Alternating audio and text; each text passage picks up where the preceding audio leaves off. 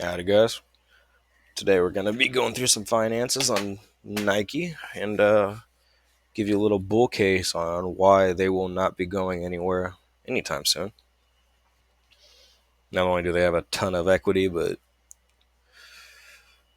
bad years for them happen. And I'll show y'all real quick. So let's get straight through it. The ubiquity and the brand power. The check mark that Nike has is very globally recognized, especially the style of it. But it's more than that. You use it on applications, you use it on doctor forms. It is quite literally embedded in society. Not Nike itself, but the logo at the very least. And you might say, that's a terrible argument, but it's really a strength, actually, whether you want to believe it or not. It really doesn't matter. But the fact that people in China versus somebody in Australia versus somebody in America can all see the Nike emblem and be like, "Oh yeah, that's Nike." Like that is brand dominance, and it's embedded into children, adults, grandparents. Nike's been around, I believe, since the 1940s or 60s. When was this founded? Let's see, 19 oh 1980. All right, I'm off. Oh, that's the IPO date. That's not when it was founded. I'm pretty sure it's the 40s. Did I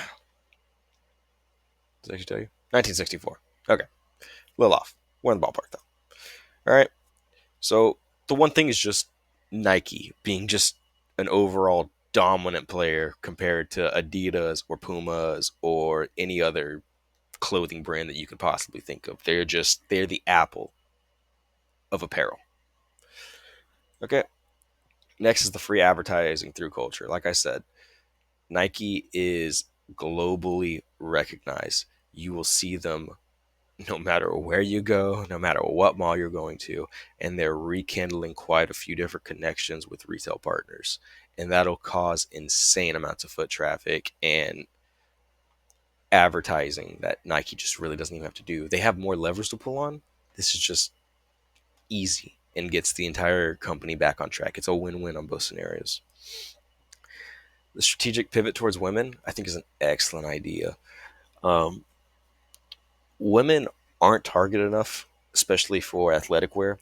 And the fact that Nike is going to explicitly say, you know, women come to Nike, like we want you as our athletes. You are the face of Nike.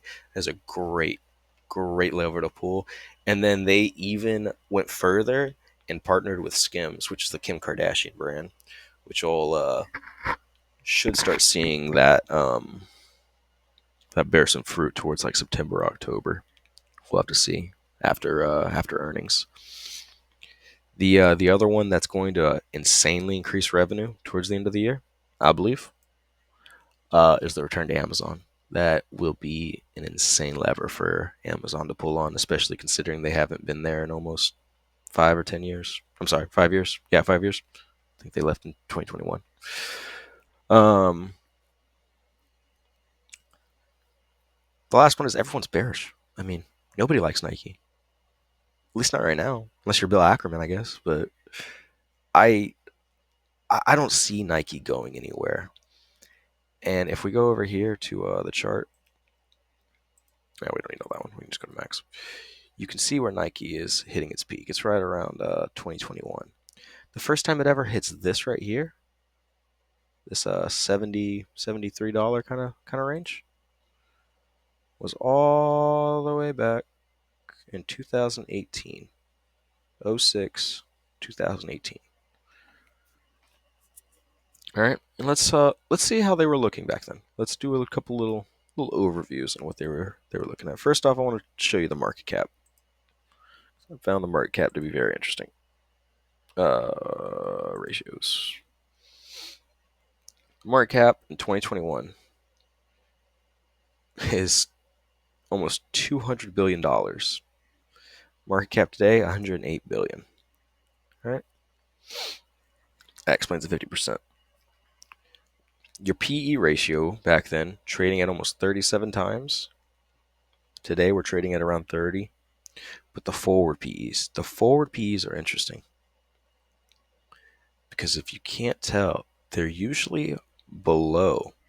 As in, most people usually think that Nike's going to grow every year. This is the one of the very few times the forward P is actually above. So either Nike uh, keeps on losing, earnings, or these people are wrong. That's the only two outcomes. There really is no other outcome. The price of sales is 2.28, price to book 7.94. I mean, you're getting it for pennies compared to 2021. Pennies. I mean, half off. Literally fire sale. The peg ratio we're not going to look at because you have to incorporate growth into it, so it can be skewed a little bit both ways. Um, the thing that I'm just going to show y'all to end off the video, very simple, is a little financials I pulled out for comparing the 2018 versus the 2025. So the PE ratio back then around 2018 was actually right around 54 when you're comparing it to your earnings. It wasn't until the full year, the full fiscal year, that it ended up coming out to that far down. But if you just end up taking like one of the quarters from 2018 before it ends up ending, it's actually so much higher than what you would think. Um, the revenue growth, 2018, 36 billion versus 46 billion. I mean, almost a 25% fucking growth. It's insane. Um, the net income surge, net income was right around 2 billion in 2018. We're close to 3.22 billion in 2025 for the full fiscal year, and they're saying that this is bad. This is a bad year. Like, us growing that much is it's a bad year. I mean, okay, okay, all right. The gross margins pretty much flat, and the price to sales pretty much flat. I mean, if you want to call Nike a bubble and say that it's not going anywhere, it's just going to keep going down. Okay, I mean, to each their own. But I can't see Nike disappearing. And the one last thing I want to say is Nike has a reputation right now for increasing their dividend every year for 23 consecutive years. Maybe this is the year it breaks. I probably would not make that bet though.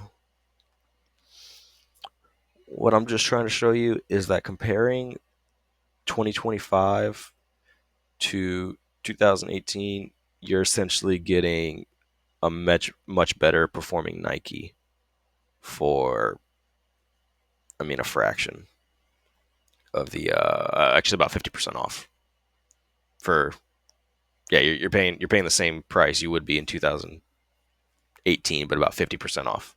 I mean,